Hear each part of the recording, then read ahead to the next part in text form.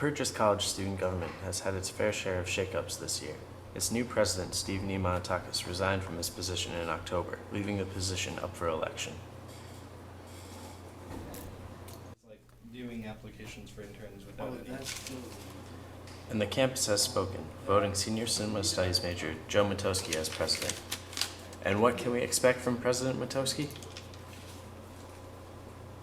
Yeah, Jay and I talked about that last week before I left for. It's, making sure everything's running as it should be. And that includes things like making sure we don't have to have things like media insurance, that, all of our media services are able to produce material freely without fear of censorship by the student government or by the administration.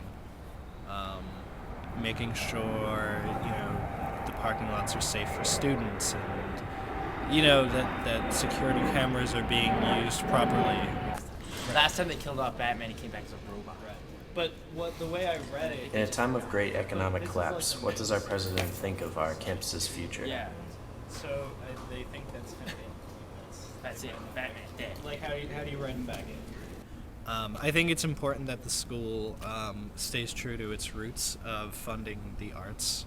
And that's because when you deal with budget cuts because of a recession or anything like that, a lot of times it's the arts that get cut, and there's not a lot of affordable universities left that can properly fund the arts and acting programs and film programs and making sure kids can take music classes and art classes. And so I think it's really important that we kind of hold on to that.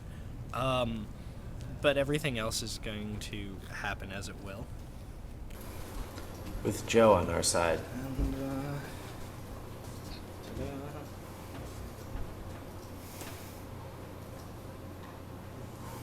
I'll be back. let's hope he's right.